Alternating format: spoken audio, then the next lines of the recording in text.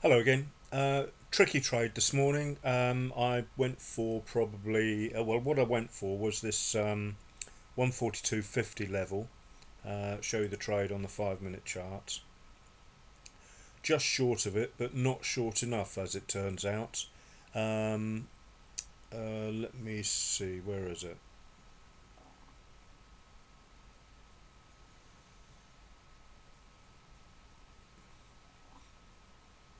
Right. Yeah, 142.50. I shorted because of the M5 alert there. Clearly in a downtrend. There was no way on earth I wanted to be looking to go north at this point. You can clearly see, rule of thumb, just draw a line like that on whatever chart takes your fancy, 15 minute, 30 minute, H1, whatever way you look at it, it's in a swing trend down. Um, so, sorry about this scrolling. So, as you can see, um, M5 alert, hit the trade, felt it was going to uh, probably test that area there before 6 a.m. This is the 6 a.m. Line here, and as you can see, my take profit was the little blue marker there, and it actually touched it, just went beyond it, but didn't close me out because the spread hadn't been taken into account. So clearly a nice move this morning. I just got a little bit greedy, I suppose. Instead of going for my normal 8 or 9 pips, I went for that 50 level way down here, as I say.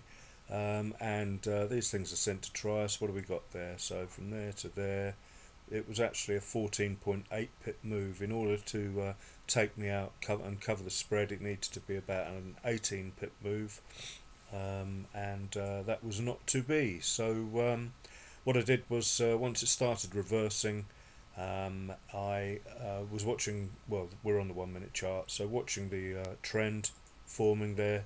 Clearly got a low, a high, high, a low, high, a high, and it's continuing. This would have been the point of no return. That little higher high there, or lower high, should I say? And I decided to close the trade with a couple of pips profit. So um, shame, not my normal 10 pips for the day, but I will wait around for the evening now and see if we can get some sort of reversal, providing there's a decent long move in one direction. But a little bit sideways today, as you can see from the price movement here. What have we had? 277. Actually, yeah. So looks like they've potentially reversed to the long side on this early, but we shall see. If they continue down a bit further, then maybe I'll get a trade at 7 or 8 o'clock this evening. So that's an answer to a request from Alex, really, about do I close trades early? Yes, is the answer to that, especially if I don't hit my target clearly. And do I? What was the other question? Oh, do I move my stops? Well, no, there's not really a lot of point moving the stops when a trade goes into profit when you're talking about such small and fast trades that I do. But I will, whereas I might have a stop up here at 25 or whatever, 20, 25. I will obviously close the trade with probably a 10 or 12 pip loss, because it will have reversed against a recent, in a short trade it would have broken a resistance here, whereas I might put a safe stop up here to protect myself from spikes, as it were, some sort of weird reaction to a news article or whatever. But in reality, the stop, a manual stop, if you like, would be somewhere around the previous lower high in a low trade, in a short trade, should I say. So you'll generally get out with close it, if I'm around watching it, I'll close it with 10 or so pips. I suppose the same could be say if I ever walk away from a trade, which is so rare, that yeah, I'd tighten up the stop to 15 or so pips if I thought it looked like it was coming back against me and I couldn't be there to watch the trade, as it were. So, but I suppose really that's overridden by the fact that my take profit wasn't hit quickly. Oh, the other thing was it's an H4 close as well.